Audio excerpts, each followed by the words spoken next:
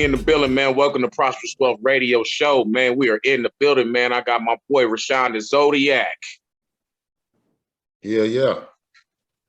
And my boy Trife, the Great, in the building, man. What's happening with you, Pete? You already know, aka K-Mac, man. Yes, sir. Yes, sir. Man. Shit, man. Where do we start, man? Where do we start, man? I know exactly where to start. Man, because I was doing a little bit of homework today, right? So I was talking to you about this the other day, but here in hip hop, man, hip hop is such a young medium that the originators are still alive. Most of them are still alive and walking around. And that means that anybody from hip hop that ever died young. 100% of them. 100% of rappers die young because the OGs is still alive. Whoever invented rock and roll, they not around no more. Whoever invented classical jazz, they been gone.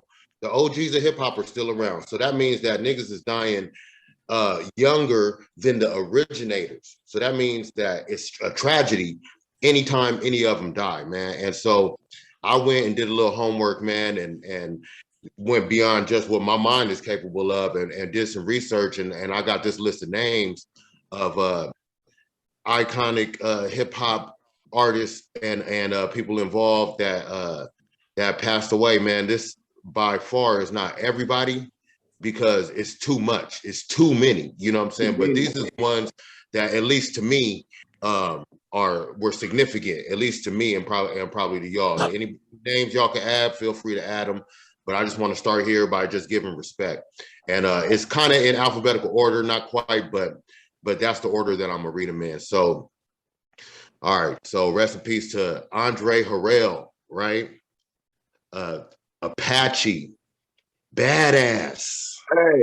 Hey, I was sitting here, bro. Yeah, hold on. Let me just run through the name and then we're gonna get through them. Let me just run through them because it's a lot. I just want to run through them first and then we'll come back. Okay, so, Andre Harrell, Apache, Badass, Big Pun, Notorious B.I.G., Big Psych, Big L, Black Rob the other day, rest in peace. Bloody Mary, remember Bloody Mary off the Banging on Wax? Absolutely. Chris Kelly from Crisscross, Chris Lighty from Violator. He did a lot with rappers. Crazy Tunes, DJ Screw. Oh, yeah, that's right, DJ Crazy Tunes, not too long ago. That's right. DMX, Eazy-E, OG, Idea, Ecstasy of Houdini. He just passed away in December. Fatal Hussein, Fat Pat, Freaky Ty, Guru, Heavy D, Johnny J, the producer, Jam Master J, the OG, the Jacka, Juice WRLD, KMG from Above the Law, Left Eye, Malik B from The Roots, Mossberg, Mac Dre, MC Breed, MC Trouble, MC-A from the Beastie Boys, Mixmaster Spade, another OG, Nate Dogg, Nipsey Hussle, Old Dirty Bastard, Phife Dawg, Pimp C, Papa Wu from the Wu-Tang Clan. I think he passed away last year. Yep. Prodigy from Mobb Deep, Proof from D12 and them, Pop Smoke, Prince Marky D, and Buffy the Human Beatbox, both of them from the Fat Boys. And Shock G, Seagram, Sean Price, Scott LaRock, Soldier Slim, Tupac Shakur, Yaki Gaddafi, Triple X Tentacion, and 3-2 that used to be on with UGK and all them. That's the list I got right now. There's still so many more, but that's just some I wanted to give some respect to, man. And shout out to the big homie Gangsta Earn too. He was around back then. He's one of the San Diego legends that kicked everything off for us. So yeah, you're included off in that, big homie. Real talk. Facts. Hey, Mac. What about you? Anybody you can remember, peeps? A lot of few. Cool Nut, Mr. C. Man, a few, because I like Frisco artists. what's brother name? But man, we got a lot, to be honest. You know, we got a lot, really, you know, not just from the West Coast, but you know, I can think of a lot. Even like the young ones, you know, the young one Briss, Oh, Lil Peep. I mean, you know, Lil Peep, that's another one. He's hip hop. you know, we got a lot. Got a lot. No, but you know, I mean, just everybody dies young, man. Who knows what some of these rappers would have became if they had a chance to grow up into themselves and into their careers. You know what I'm saying? So, you know, it's not for me to judge nobody's music or nothing like that, but it's still a loss. Like I said, everybody that dies in hip hop, it's a loss. Everybody died young, period. You know? Especially if they was blessing us with some, you know, with some great music, you know, had some talent, you know, that's a lot of talent gone waste, you know. I think of a song, man. There's a song, All About You by Tupac. Everybody on that song is passed away. Except for Drew Down. Well, Drew Down and Snoop is talking on there, but everybody that was performing musically on that song, we're talking about Tupac, Nate Dogg, Gaddafi, Fatal, Johnny J. Didn't Johnny J do the beat? I think so. You know what? I gotta look that up. But you may be right. And you know, yeah. So Snoop and Drew Down is around, but when I hear that song, that's what I hear. I'll be like, damn, man, that whole entire song, whole lineup. Yeah, that whole lineup. Yeah, wow. That's crazy. Yeah. You know, it's real unfortunate that you know, I had just put up a blog up or I just shared a post a couple hours ago. And Willie D was speaking about how we losing the ones that we need, the pioneers, you know what I'm saying? The niggas that get us up and going, we losing them, right? And the number one thing is behind the food that we eat, man. I keep saying this, and I know I sound like I know I sound like a record skipping over and over and over again, but the message is clear, man. You know what I mean? I mean, they having recalls on fucking lettuce and shit like that. You know what I'm saying? Yeah, it was Johnny J, by the way, not to interrupt, but yeah, it was Johnny J that produced that. Well, gang. So, you know, it's just unfortunate that, you know, we have the knowledge. Like, I've been knowing this since I was a kid. And then especially when I became real conscious, started seeing people pass away. I just had a homeboy who never smoked. You know, he had a little sip every once in a while. Right. But it was his food. Like, the food killed my homeboy. You know what I'm saying? Eating all that pork and things artery clogged. I mean, it might be good for the moment, but if you indulge anything, and you know, it's written though, and this is a law, anything too much is bad. That's right. I mean, you drink too much milk and have the shits. You know what I'm saying? So it's true. It's true. I mean, it's a lot of rappers not doing it. They're not taking care of their health. It's true, and they dying young because of it. And what they call that shit, hydro. You can drown yourself. You can drown your organs. So, you know, with that being said, you know, everything all in moderation. But you have to understand that what you put into your body in the long run and how you treat your body, even at a young age. You know what I'm saying? Going into your elderly stages, you know what I'm saying? Going into your maturity. Two, a lot of that shit, man, that motherfuckers was doing is gonna catch up. Ludacris made a song about that shit. All this drinking gonna catch up. And all this smoking gonna catch up. You know what I'm saying? He wasn't lying either. It's the honest to God truth, man. And the more that people start paying attention to the signs, like I'm having a health situation. You know what I'm saying? But I pay attention to my shit. Chest get to hurting and go, whoa. Something's got, you know what I'm saying? So with that being said, you know, people need to start adjusting their dietary, their diets and what they intake, man. You know, you eat garbage, then what? You know, you put bad gas in your car, then what? You are what you eat. You are what you eat, basically, like they always said. You know, and especially if you out there and you live in a tour life, a fast life, but like a tour life, you know, so you're probably not eating good. You're not eating home cooked meals. You're out there, you drinking every day and you're doing that shit for 20 years straight. You know what I'm saying? That's gonna catch up, like you say. I mean, you can't even run from that. You can't even run from that.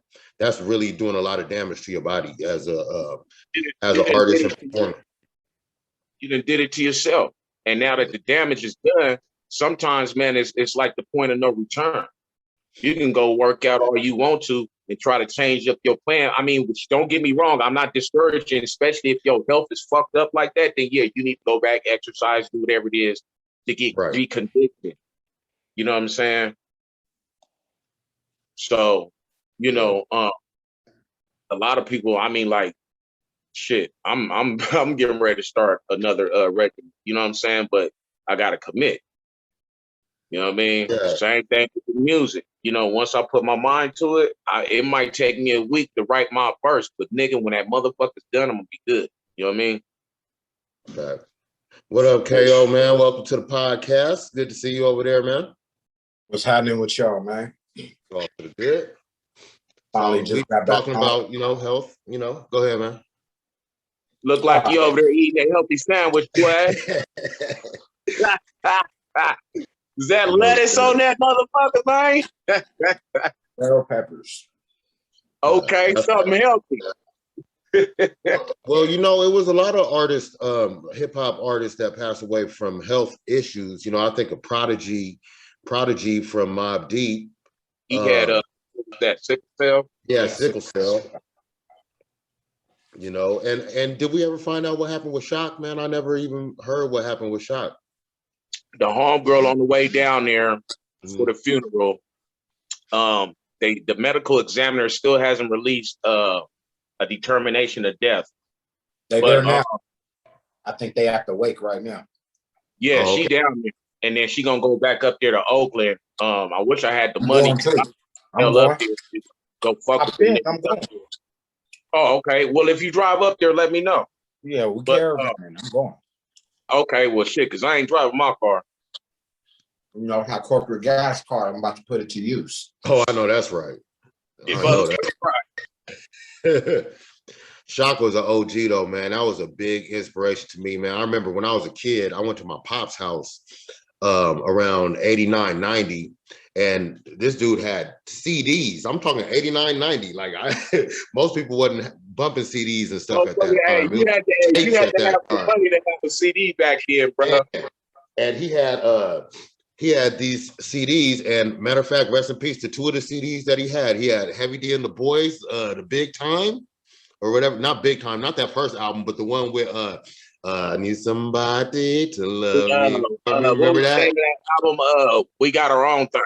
That's the album that I'm talking about. That one and Sex Packets. Like those, my pops had those two on CD, man, and those like inspired me, man. I look back at those albums, and they were a big part of my musical taste. This is before I was even making music. This is just defining the kind of music that I like. You know what I'm saying? What you know about Fear of a Mixed Planet? Yeah. Man, you talking about Public Enemy? Yeah, man. Black Planet was everything. No, I'm talking about Shock G's last album, Fear of a Mixed Planet. Oh, Fear of a Mixed Planet. I didn't know about that. See, let me give y'all some insight. He dropped it in 2008. You feel me? That was when the digital thing, it wasn't going good. Me and my little bro, Massive, one of the artists he discovered, you know, we was moving the fuck out of everything going. So, you know, we was kind of in a situation, and they didn't really get what they wanted out the CD. So long story short, Digital Underground had two albums. They had their last album was Cause the DU Party Don't Stop, and Shock G's last album, Fear of a Mixed Planet. Talking about gave us thousands of these motherfuckers, and we sold them on Vegas Strip. And that's how I funded my label. Wow. So Shock copies left because we sold them all. So Shock gave you a blessing in disguise. It's not even disguise. Like that's direct. I don't have no copies of that song. Of that CD. Man, you ain't got my little bro's all over it. And he actually got a song on one of my favorite songs, Cinnamon Waves. He's actually shouting out Chrissy. Chrissy gets the first 8 bars. Okay. The whole girl, yeah, that. Matter of fact, Dope. Let me pull that up for you. I'm gonna show you the bar. Yeah, that's what's up though. But yeah, that Sex Packets album, man, it defined what I knew music to be. You know, Do What You Like and Freaks of the Industry and of course Humpty Dance and Sex Packets, the song and all of that. You know, The album that kicked it off for me from DU was Sons of the fucking P, nigga. That shit, that motherfucker from front to back, slapping. Kiss You Back and all that on there. Yeah, man. Come on now, man. I was in yeah. We was pushing in the V-Dub Bug back in the days with Soren Vegas in the back, man, beating the hell out that shit. Yeah, that used to knock. I remember that. Classic, bro. And to think about it, you know what I'm saying? Even like with KMG and Above the Law. Yeah, that's another one. We'll never have that sound again. Hey, check it out, yo. I'm about to play a snippet for you. Yeah. We know not how we sin. Most of us are savages and gentlemen skin. Heard you live in lavish up in Paris with him. I'm sending you good energy. I always knew you could win. Hope you're still winning. Over here it's the same. After all this happened, still nothing significant's changed. Harder to catch a plane, baby, but that's about it. They still divide people into colors and shit. My little friend Chrissy, I don't see it no more. Still doing tours, but I don't do it anymore. Got a few little tats. Outside of that, you ain't missing nothing. Keep watching your back. Most of these cats, they be bluffing. Hope you're still writing and following that light inside your heart. I'm still partying and it's tearing me apart. But I'm just like you. I can't grow up, can't behave, because we're strong. We keep on riding that way.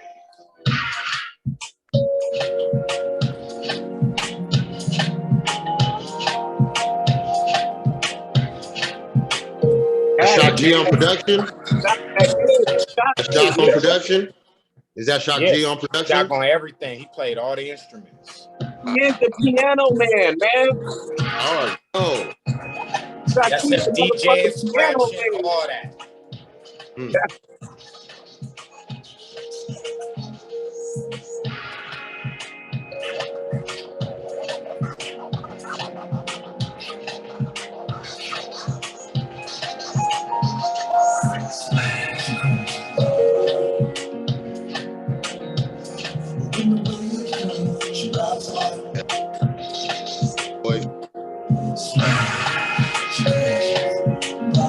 Yeah, I just got hired.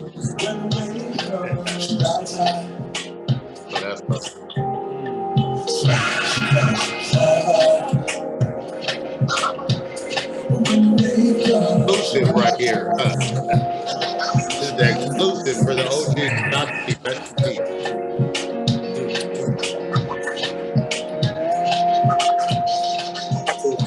I can hear that shit all the way through the phone, man.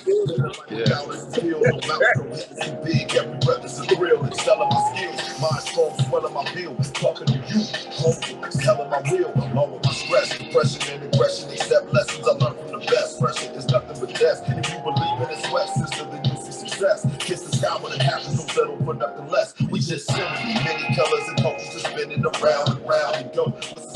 Living, I found the ounce of heaven. Instead, I've been driven to climb the mountain. Never wanna die as a sinner, no crime without my little brother have your own vision. Thugs don't die, they rise and they spirit keep living. And we don't try, we fly through the sky like a ribbon. That's no lie, we hide when the way from the gets. Come on. When it's raining, it's pouring. When the sun's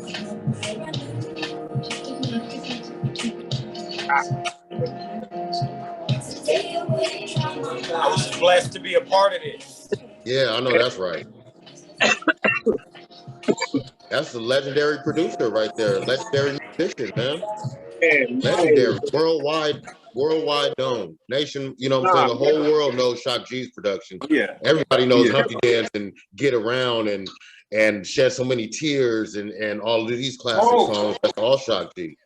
Hey, you know? Raashan, West Coast Funk, man. West Coast Funk. You remember when we was at work and I was telling you one day, I said, nigga, if we ever get this shit back up and going, nigga, we probably gonna be that new sound of that funk. And I can't wait to just sit down and just be in the lab with him, just to vibe with him. I know, man. I wish I could just get him to play some keys and I'll get on the guitar and shit. Man. And now, we losing legends. I mean, like, these are some, look. Oh, you know, went and got you one, huh? Look. Man, I'm out here, man. So, I'll Hey, tell you man, another that's legend. okay, man. I'll tell you another legend that hit me hard, man, when he passed away, because he was still in his prime, is my dude Pimp C, man. Because I love UGK, man. And when I heard that, I was like, wow, it just was overnight. It was just out the blue. No, you know what's crazy is like me, I didn't know much about Pimp C, you know, like, you know, I heard a few songs, you feel me, like what was it, A Pocket Full of Rocks, you know. Pocket Full of Stones. You know, Pocket Full of Stones, you feel me, all that. I was like, all right, that's hard. It was the Texas sound, you feel me? You know, but then I had to go back, you know, and do some research, you feel me?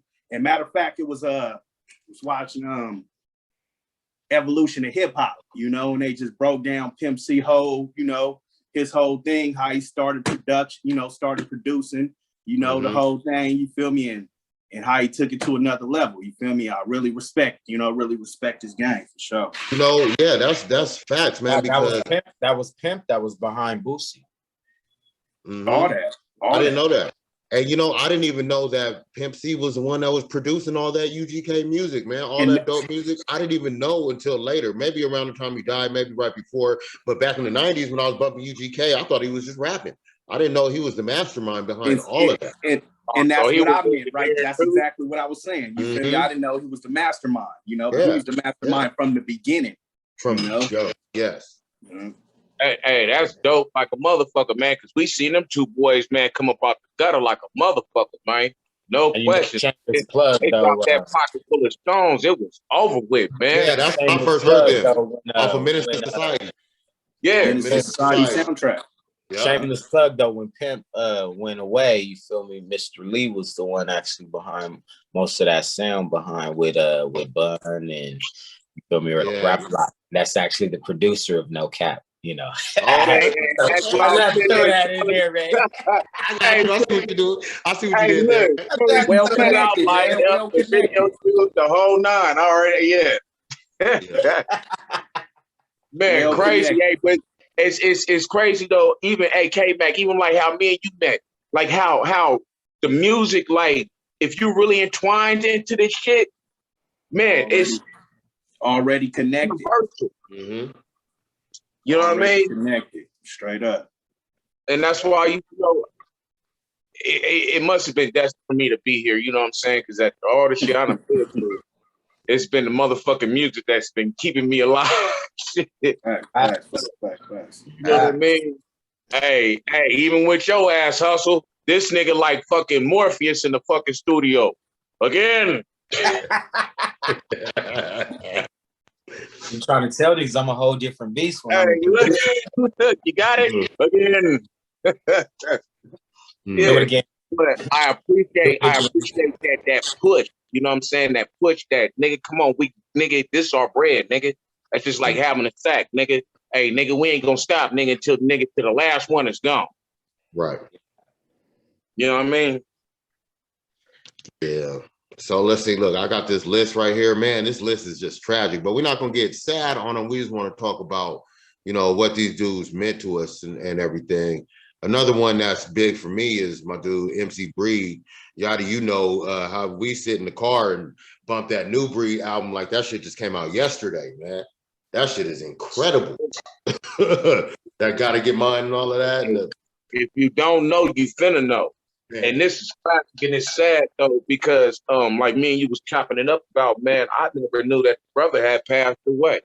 Right. There was no fanfare or nothing like that. And he wanted great. Did nobody do nothing for MC Breed. And I don't give a fuck, nigga, if I was locked up or not, nigga. I would have still heard about it, man. Did nobody celebrate the dude's life? No, nothing. And to me, nigga, MC Breed to now, to this very day, if that nigga was still living, oh man, half of these niggas wouldn't even have a career, man. He'd have ate them niggas off, man. Head nigga, decapitate King. It's over with, nigga. You better not even think about grabbing the mic. And he brought himself up because he first came out and had the biggest song in the world when he first came out. That motherfucker still get played today. That ain't no speaker in your front. And they sound brand new every time. Man. We Hey, forgot. I quoted him on my last album. Ain't no future in your front end. We forgot to Moto that spit bars, nigga, that we forgot. Nigga rapping Ron and Deadly Dog. They passed away?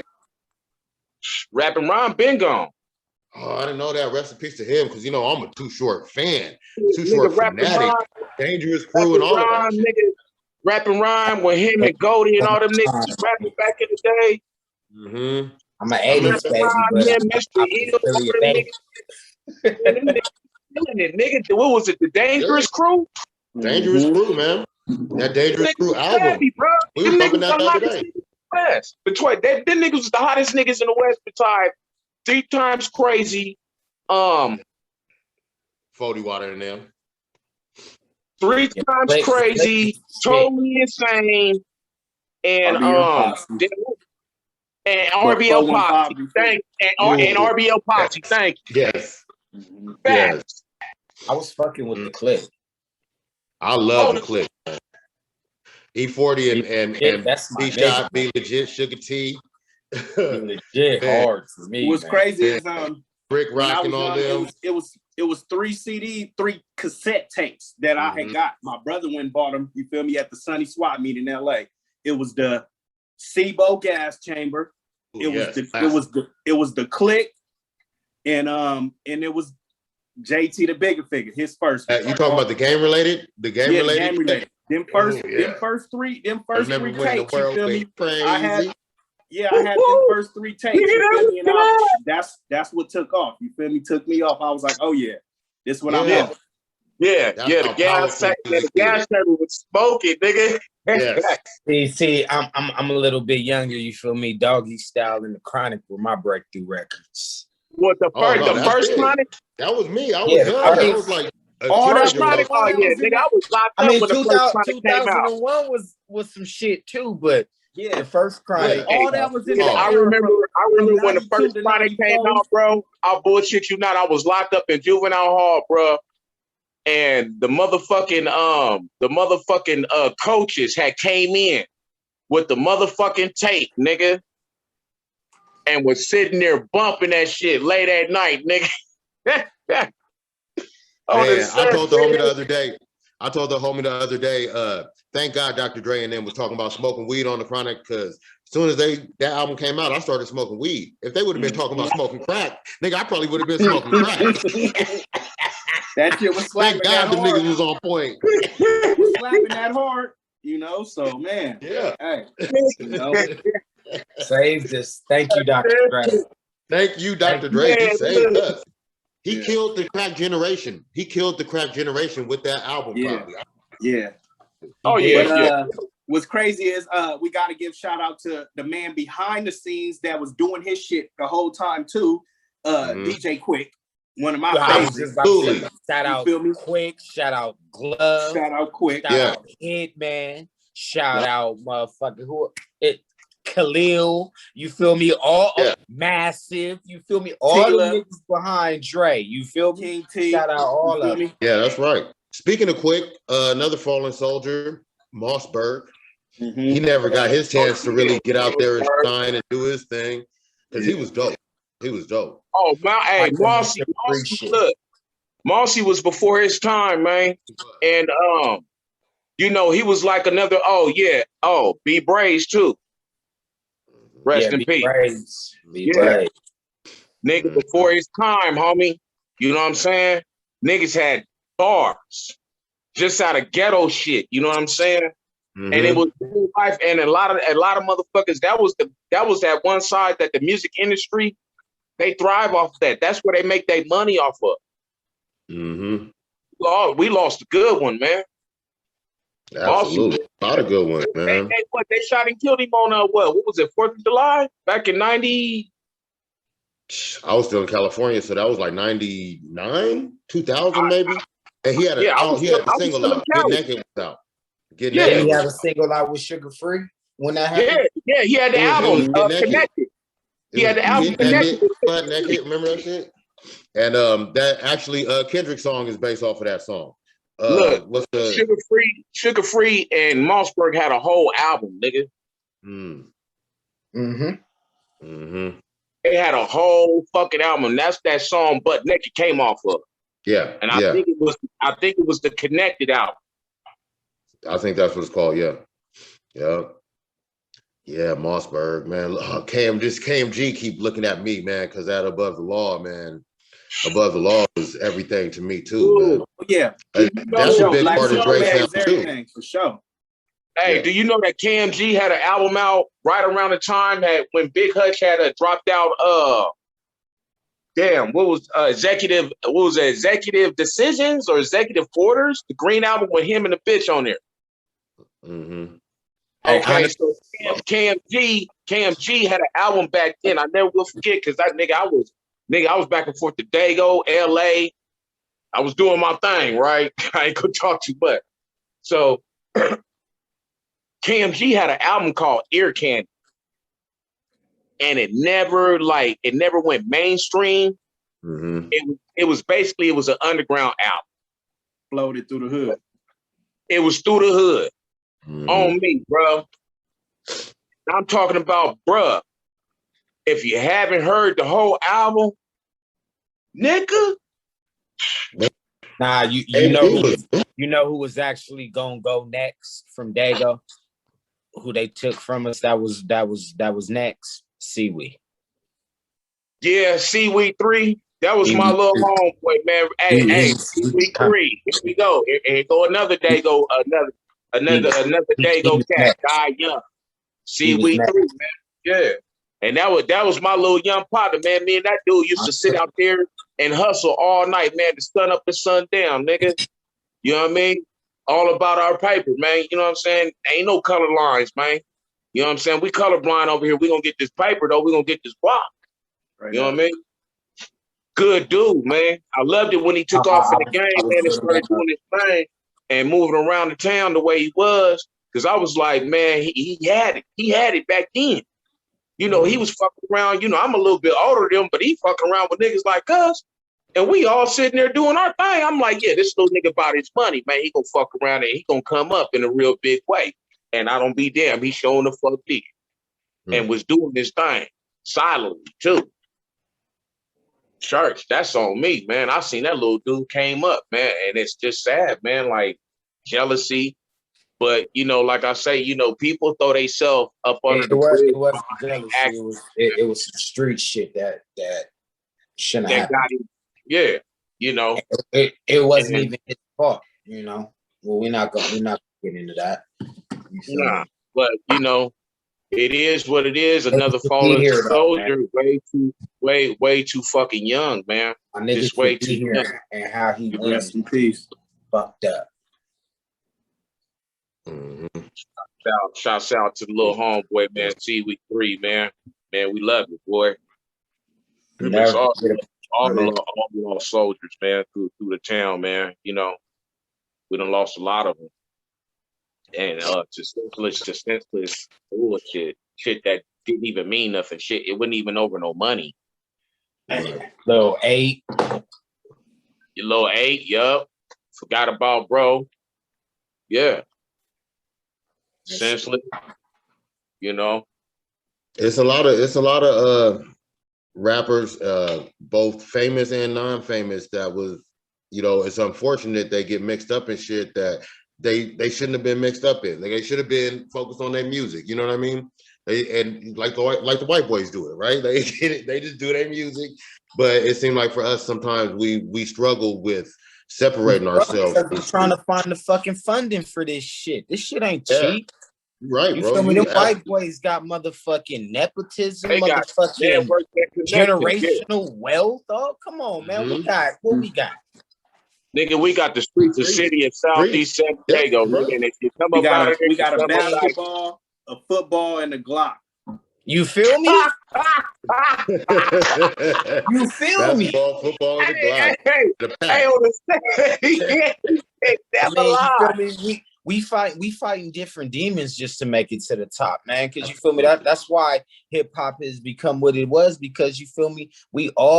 You feel me? In the 90s, you feel me? They was trying to portray that street mentality and keep it commercial. But you feel me? The streets took that. You feel me? The minute motherfuckers figured out it was a buy-in, it was a wrap. Right. And see, my thing was different. See, when we was growing up, we was banging, but we could still go to school and still ball and do all that. Nowadays, they don't even want to do that. You feel me? They don't want to still go to school and ball and do that. You know why? They like, I'm just hitting the block. You feel me? And that's it. And I'm gonna knock some down. Yeah. And it's cold. And this is the cold thing about it though. At the end of the day, the shit that what niggas is doing, bro, they doing that for a block we don't even fucking own. When gentrification kicks in, nigga, and the white folks tell us to get the fuck out. Nah, let them want to build a highway, nigga. We done. Facts. Look at what they did to McGill, building the 125, and that was my high school. Oh yeah. You talking about when they cut through brought the freeway through there? Yeah. Yeah, I remember that whole neighborhood, man. I remember that shit, bro. And they took part of our parking lot. And they took part of our parking lot. Yeah.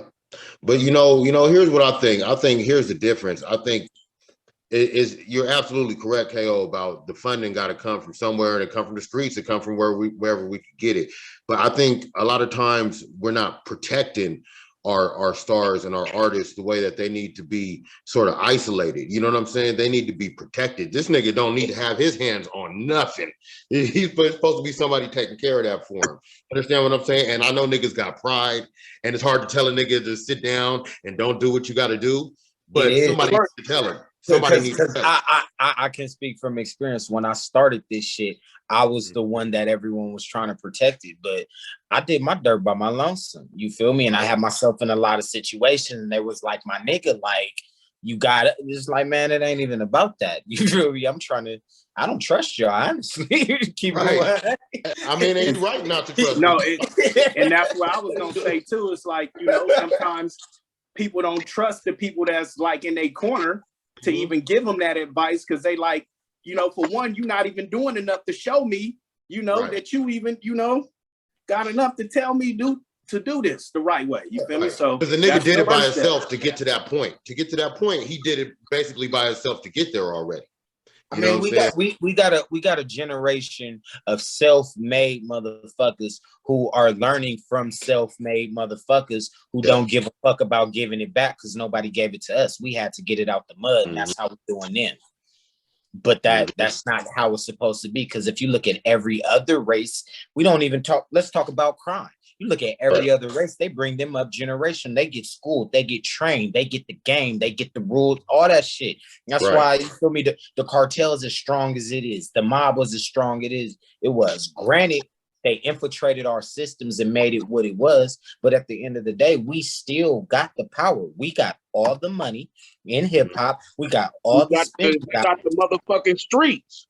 We got everything, but we're not utilizing it because we're too busy being distracted. Well, and the distraction, and this the code thing.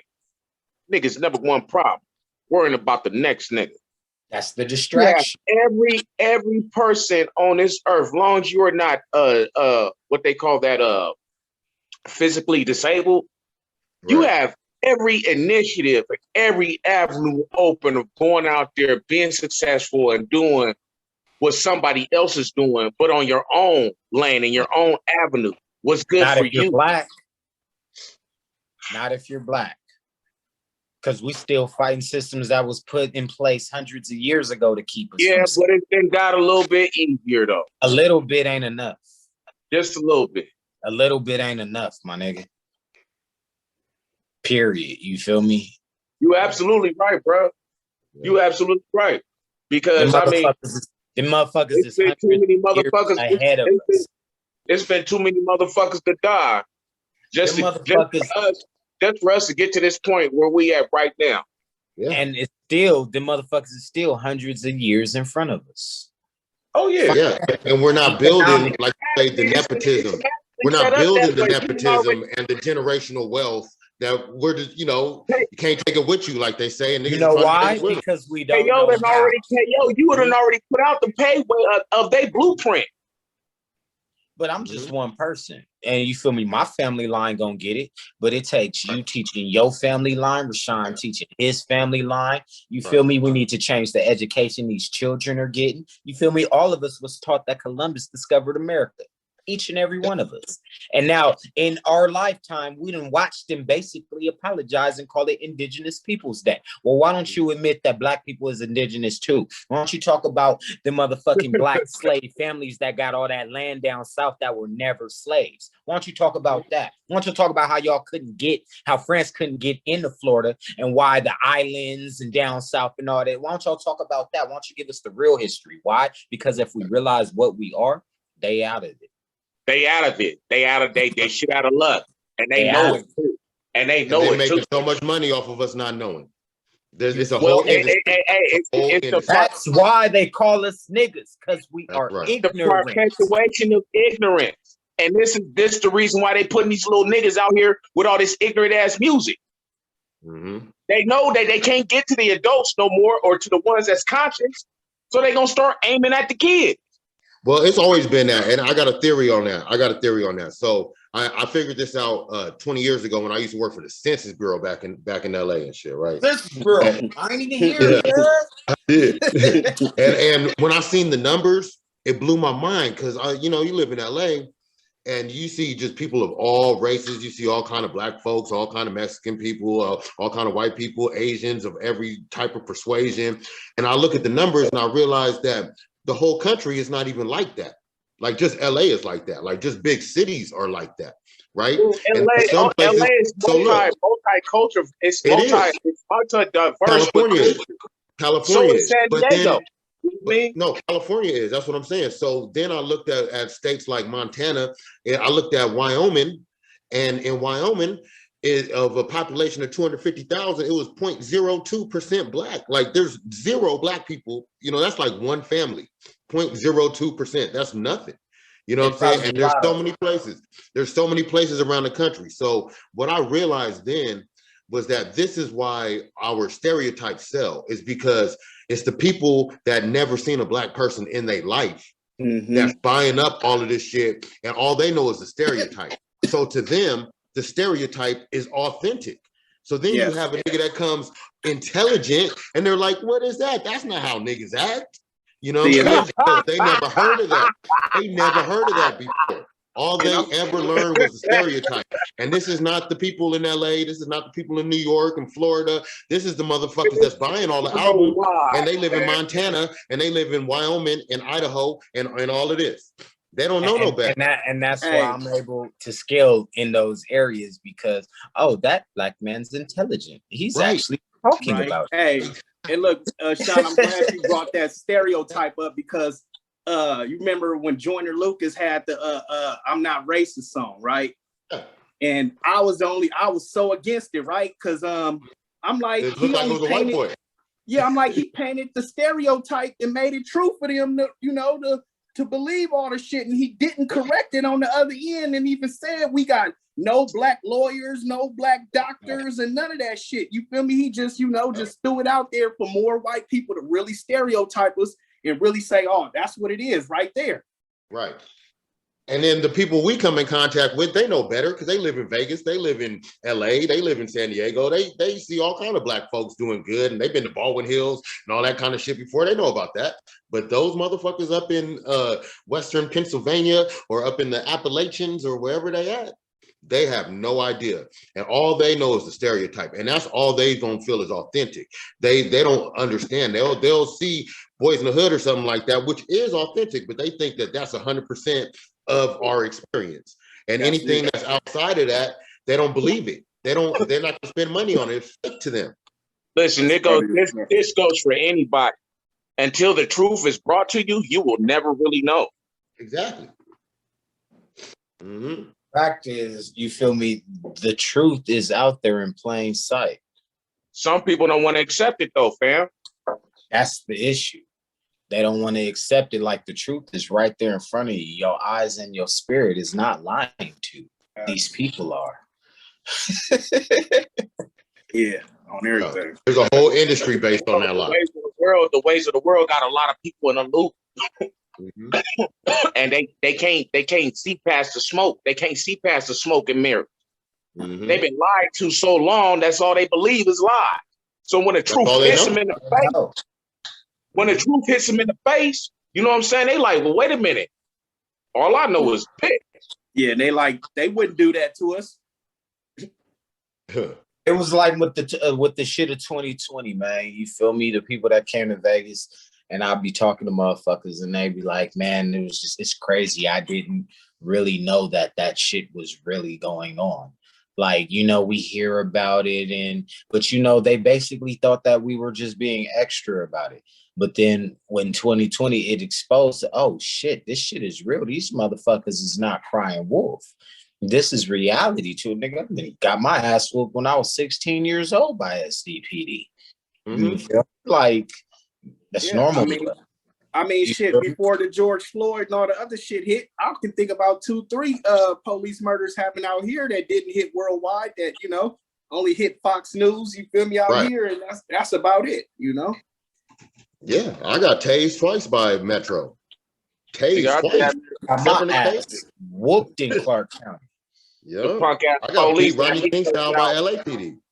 The punk ass police had me choked out in the car, nigga. They motherfuckers wrapped the motherfucking seatbelt around my neck while the one cop was in the back seat pulling on the seatbelt around my neck, nigga. I bled from my neck for like damn near 7 days up in CCDC. Oh yeah, it's coming. It's coming. Yeah. It's coming. And nobody thinks it's real. Because, like, back to the stereotype thing, because the stereotype of us is that we deserve it. You know what I'm saying? That's the stereotype that's known across the country. They think that whatever happens to us, it's not that they don't believe it happens. They know it happens because they see the medical reports or whatever, but they believe that we deserve it. They don't realize that somebody who's a nerd like me, I've been a nerd my whole life, that I done been through all that shit too, just because I'm in the situation, just because I live in this neighborhood or whatever. You know what I'm saying? Just because you're black. You got cops gotta go and hit the beat, and every day they go and hit the beat, man. Every time they go and go clock in, man, they got the mentality that the first nigga I pull over, first of all, he's automatically guilty. He got something in the car. Yeah, hey, that's why I said on my song, I said, reason I pulled you over, you was lacking up at the light. Plus, I'm knowing that all you blacks keep a sack like Reggie White. You know, on top, they already, you know. And they know that we probably not gonna bail out. We probably not gonna get no lawyer, you know, statistically speaking. You know what I'm saying? That's how they looking at us. So they can get away with it. I was in Vegas in front of Bill's before it was the Cromwell. Just finished eating steak and eggs, waiting on my partner to pull up and hop in the whip with him at the light. So I'm sitting there on the corner. 2 officers just walk up to me. What's up, bro? How you doing? Whoopty whoop. You got ID? Okay, I'm gonna give you my ID. I know the law. You're supposed to have it, so you're not about to go through that. I don't want to give it to you, bullshit. Here, you feel me? So I'm on probation. Actually, I was on probation, but I didn't have a curfew. You feel me? So I'm on the strip. They running my shit. And he was like, yeah, you know, my partner's going to go ahead and search you. No, he's not. Well, why can't my partner search you? Because I know my rights. Oh, well, what you got on you? You just got you some weed on you. You know, it's not a big deal. Just let him go ahead and search. No, he cannot search. Oh, you know, you said you like to gamble because we had a conversation. I was told him I was playing craps and bills or whatever. You like to gamble, you know. So, you know, what do you want to bet that if my partner search you, they'll find something on you? I said, how about your back? How about that? How about your J.O.B.? That motherfucker gave me my ID back. You have a good day, sir. Yeah, I will. Pussy face, look at motherfucker. And that was the one time I didn't have nothing on me. Right? That's why you was bold. I've been like that too. When you don't got nothing on you, you be like, hey, listen to what I got to say right now. If you dirty and shit, like, yep, just in this situation, let's just get out of here as cool as soon as we can. Well, yeah, will you clean? Oh man, I'm gonna tell them everything about themselves. Believe me. Hey, they really hate when they gotta give you your weapon back. Ooh. Oh yeah, they hate that. They hate that. Oh, they hate that. I love that. Oh yeah, they gotta F that Tweto. Run that back. See, the thing, they be trying to find a reason to tow a nigga car so they can impound the weapon. No, sir. Hold on, I will call somebody with a license that will fucking pull up, run me my firearm. Right.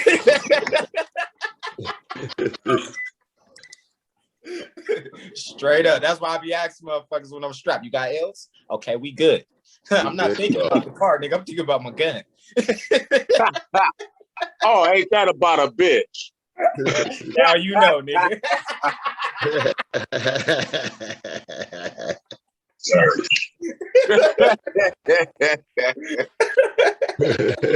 Yeah. That's what's up. Hey, man, what y'all think about DMX, man? This whole little situation. Oh man, first of all, rest in peace to DMX, man. He was a big influence. He was a big influence on me, but I really enjoyed his music, especially when he came out. I was a little biased back then in '98. LA, California nigga like me. I was a little biased. I was like, these East Coast niggas, man, you gotta have shit. Hey, but tell them why though. Tell them why though. Cause I was the same fucking way. DMX kept saying some shit.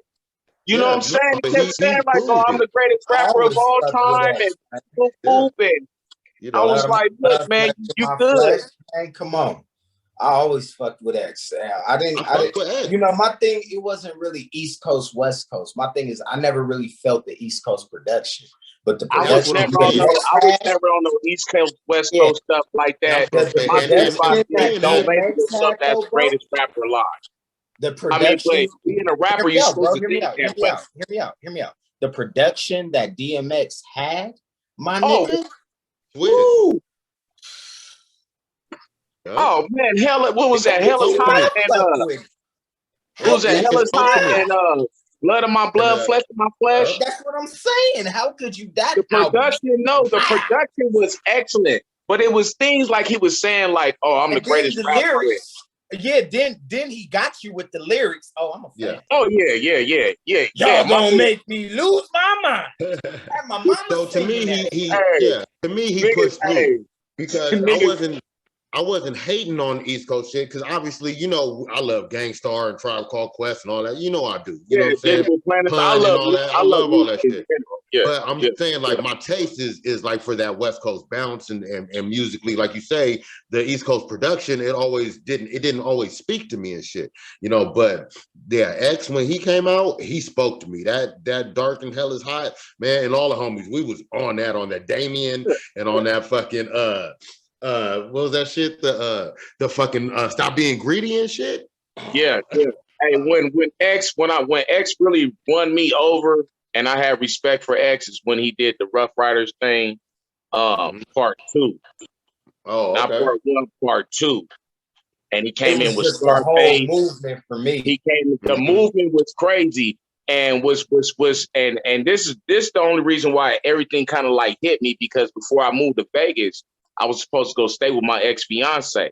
She's an original Rough Rider from the East Coast, from New York. She rides motorcycles, so I'm pretty sure she was out there, right? So, you know what I mean? Me being from San Diego, and then, I've always listened to different type of music, so I decided to just tune in. But when I heard that and he had motherfucking Scarface on that nigga, I said, nigga, X. Right. Thumbs down, nigga. I'm one, nigga, because you fucking with us, I'm fucking with you. Yeah. I used to catch X downtown all the time. I think I done gave DMX every CD I was out there selling that was mine. That's how often I saw that nigga downtown, my nigga. Back at home. Or did anything with it, I don't know. But he accepted it openly. I heard a story.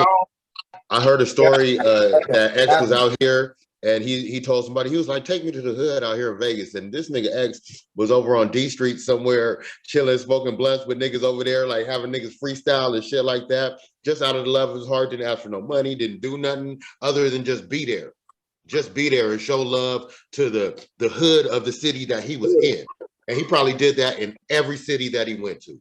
So shout out to X, because that's a real nigga right there, man. Yeah. Black Rob too, man. That nigga's first album was smoke. Yeah, Whoa. Everybody knows Whoa.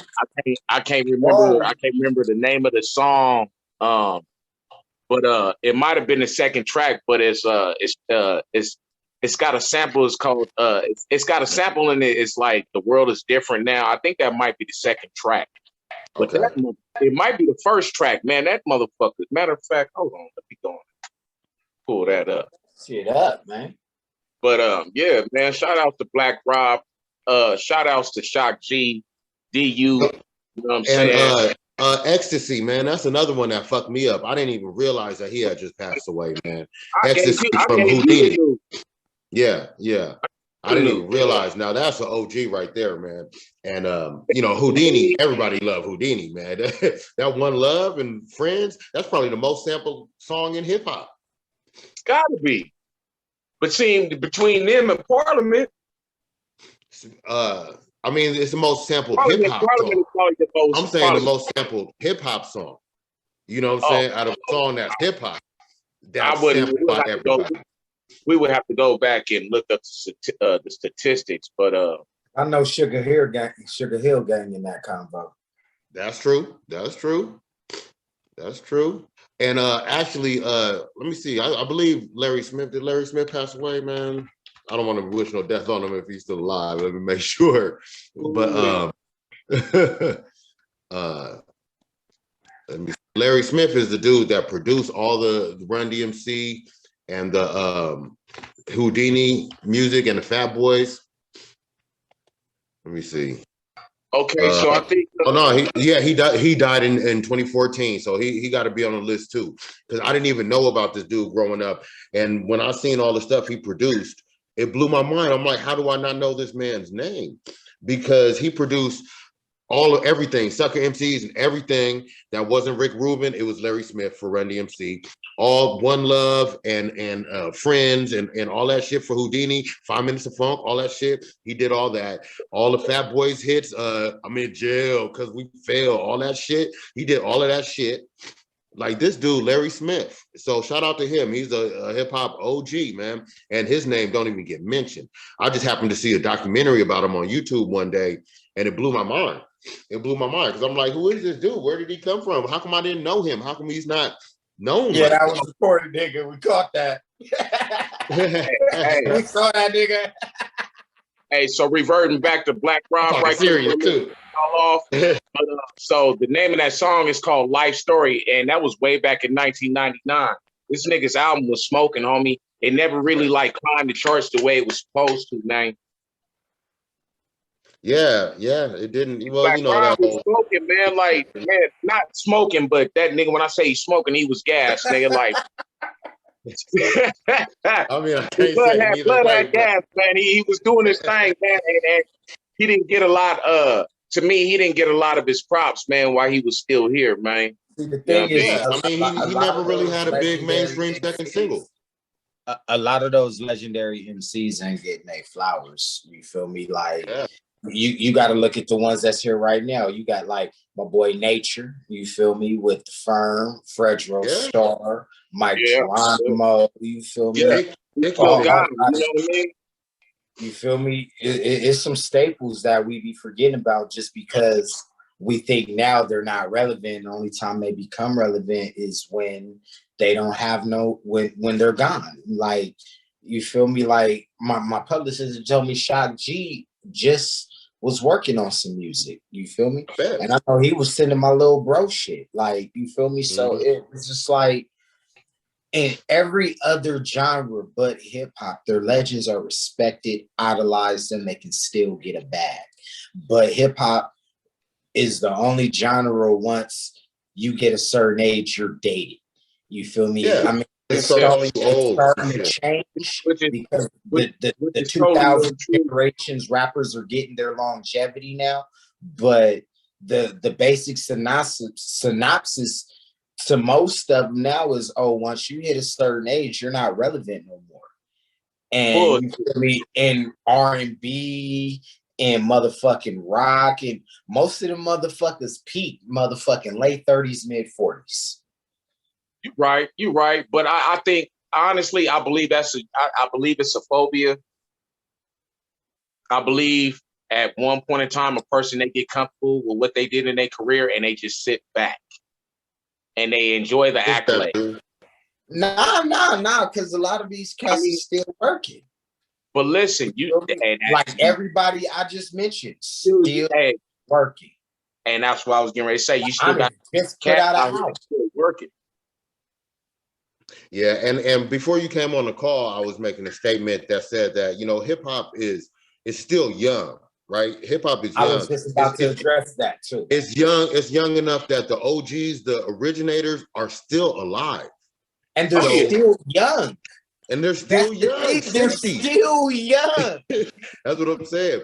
So that every hip hop artist that passes away dies young. 100% of every single hip hop artist that died, even if they're out looking, Larry Smith was 62, young. That's young. You know, when you know what I'm saying? And so we are still holding on to that old school mentality. So if you think about it, if it was 30 years ago, 1990, then everybody was young. Like the OGs was like 40 or something like that back then, right? Like the originators was like 40 or 50. 35, and so I think that's when that mentality started from back then. And we just we have to kill it. We haven't killed it. And we're still letting that mentality live as hip hop grows older and as our artists grow older. We haven't killed that old mentality of looking at it as a young man's music, because it was back then. And now it doesn't have to be anymore. You know what I'm saying? It was, though. It was. It was. I mean, look at MC Hammer. Started out that way. It definitely look at MC Hammer. MC Hammer was young when he came out. And he was old, but he was young. He was like 27 or 20 something. You know what I'm saying? But at the time, he was older than everybody. He was like an OG in the game. But so for a motherfucker that was young, back young to us now, but old then. He gotta have a good 10, 12 years on me. You know what I'm saying? So yeah. He was around 30 or something, like around when Can't Touch This came out, he was like probably pushing 30. I'm talking about when his first album came out. And he had put out Oaktown 357. Remember the girl? My song used to be Pump It Up. Bring the noise and pump it up. Remember that shit? That was shit. Stop playing it, nigga. That was like his little EP, wasn't it? That was the Turn His Mother Out album. The Turn His Mother Out album. Yeah, that was his first one, right? Yeah. That's just dope, man. I'm not even. I got all that after you put me on it, but I like that one better than I did. I like the Funky Headhunter, man. I ain't gonna lie. I like it. That's funky, man. I like the Funky Headhunter, man. That shit has some joints on it. His production was excellent. They wasn't feeling it because he switched up. Like he came in one way, but the Funky Headhunter was more true to him. You feel me? Yeah. Like, he had the knit cap with the Lokes on, you feel me, and the Timberlands. You feel he looked like an Oakland nigga. You feel me? And that was his reputation in the streets too. But his what he was known worldwide for was just the Can't Touch This. MC Hammer. That's why he dropped the MC and was just Hammer. Hammer, yeah. I can take nothing away from the production. That production on that album was fire, man. Comes from the Bronx. All of those songs are incredible. The Funky Headhunter was one of the joints, man. Yeah. Straight up. He's a West Coast legend. I can't take that away from him. MC Hammer is a nigga that will fuck you up in the streets, run up on him if you want to, nigga. Man. I ain't gonna lie, I wasn't feeling too legit. We gotta get those G's their flowers while they here, man. But he deserves his flowers, that's for sure. For real. Right, man. So if we get in contact with him, you know what I'm saying? We might find out how to get that dude on the podcast, man. I'm happy to see MCA always out doing his thing and always doing interviews and keeping his name known and relevant, because I was always a huge Compton's Most Wanted fan, man. And if he wasn't doing that himself, his name would probably disappear. But he out there making sure that people know his name. So respect to him, and deserve his flowers for that. You be tuning in to the little posts I be putting up on the Gangster Chronicles? Yeah, I watched that. I watched the one you was talking about when he was talking about how come they wasn't saying the gang names on Menace to Society. And them niggas was we knew what gangs it was. Talking about their hoods and shit. Yeah. It was like we knew which gangs it was because that nigga had on a burgundy sweatshirt. Yeah, I saw that. I did. But yeah. That's what's up, man. So I guess we could wrap this up. I guess it's been a really great conversation. Man, this is a dope one. Yes, sir. At first, it wasn't gonna work out. I got frustrated like a motherfucker. That's why I just took it over. I'm like, let me just go ahead and leave the meeting. I'll go ahead and start this off. Hey, pilot to co-pilot, man. This is the reason why we got the tools. Right. Do what the fuck we need, man.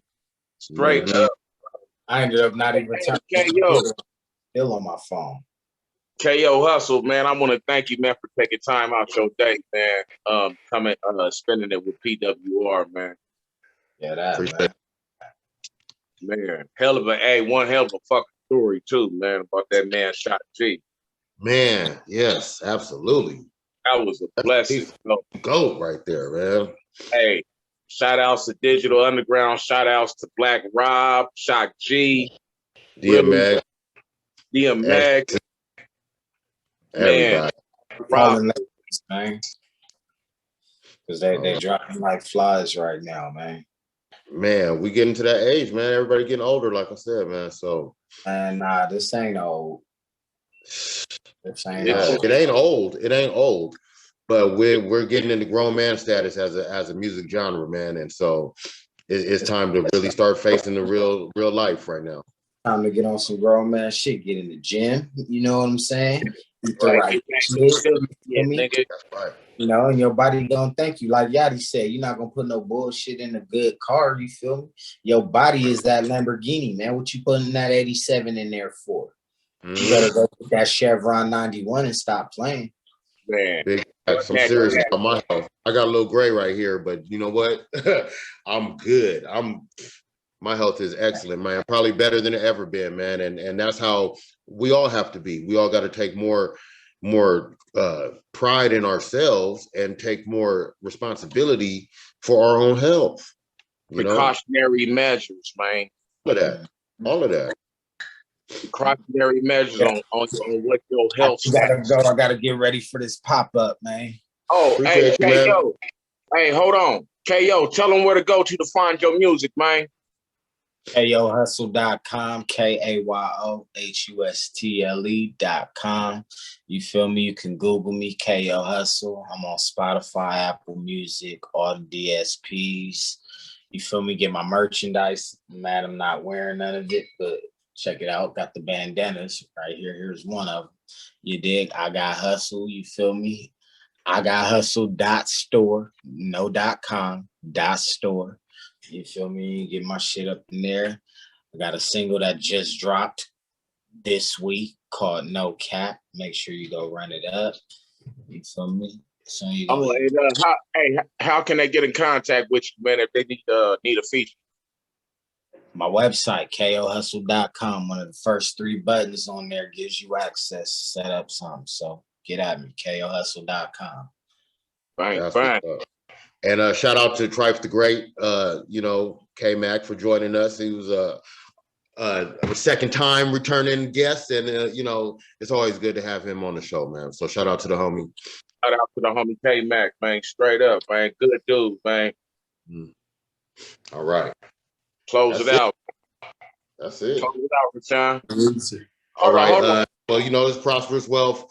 Thank everybody for tuning in. A great conversation we had today, and expect some more great conversations coming on, because that's what we do. We keep it real over here. You already know. Remember, it's Prosperous Wealth Breakfast. Peace.